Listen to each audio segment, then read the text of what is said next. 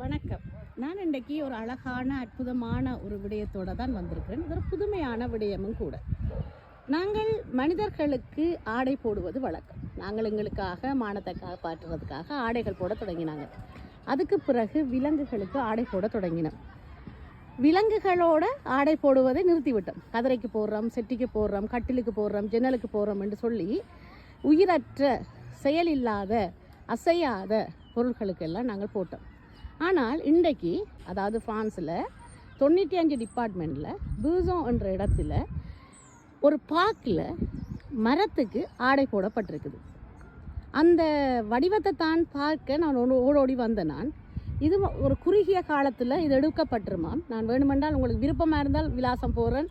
இந்த என்ன சொல்கிறது, ஒரு புதுமையாக பார்க்குறேன்ட்டு சொன்னால் நீங்கள் வந்து பார்க்கலாம், அல்ல அருகில் இருக்கிற ஆட்கள் வந்து பார்க்கலாம். இது என்ன காரணத்துக்காக போடப்பட்டிருக்குன்னு சொன்னால், வசந்த காலத்தை வரவேற்கிறதுக்காக இந்த மரத்துக்கு ஆடையை போட்டுட்டு, ஆடை போட்டதால் இவருக்கு ஆர்பல் என்று பேரும் வச்சு ஒரு பெண்ணுடைய பேரை வச்சு அழகாக செய்யப்பட்டிருக்கு. இந்த ஆடையை இந்த பூசோனில் இருக்கிற சோன்ட்ரோ சோசியல் தான் வடிவமைச்சிருக்கணும்.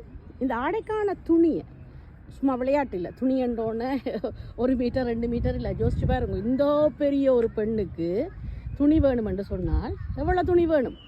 அவ்வளோ துணிகளையும் ஆர்ஜோன் ஃப்ரீ என்ற ஆர்ஜோன்த்தில் இருக்கிற ஆர்கானிக்ஸ் கொடுத்துருக்குது. இது எதற்காக செய்யப்பட்டிருக்குன்னு சொன்னால், வசந்த காலத்தை வரவேற்கிறதுக்காக செய்யப்பட்டிருக்குது. துணியால் ஒரு மரத்தை அலங்கரிக்கிறது வேறு. சும்மா நாங்கள் துணி கட்டுறாங்க. நாங்கள் எப்போவுமே தென்னை மரங்களுக்கு, வேப்ப மரங்களுக்கு, அரச மரங்களுக்கு துணி கட்டுறாங்க. சும்மா இடையில கட்டுற மாதிரி ஒரு துணியை கட்டுவோம். ஆனால் சட்டை தச்சு போடணுமென்ற ஒரு எண்ணம் இந்த ஊரில் இருக்கிற ஆட்களுக்கு வந்திருக்குது. அது மட்டும் இல்லாமல் சட்டையை மட்டும் தச்சு போட்டு விடாமல் சட்டைன்ற இடையில் நிறைய பொக்கெட்டுகளை வச்சிருக்கணும். அந்த பொக்கெட்டுக்குள்ளே இந்த வசந்த காலத்தை வரவேற்கிற பாடல்களை எழுதி வச்சிருக்கணும். அப்படி ஒரு அழகான ஒரு செய்தியைத்தான் இங்கே நான் காணொளிப்படுத்தி கொண்டிருக்கிறேன். இந்த காணொளி உங்களுக்கு பிடிச்சிருக்குமென்னு நினைக்கிறேன்.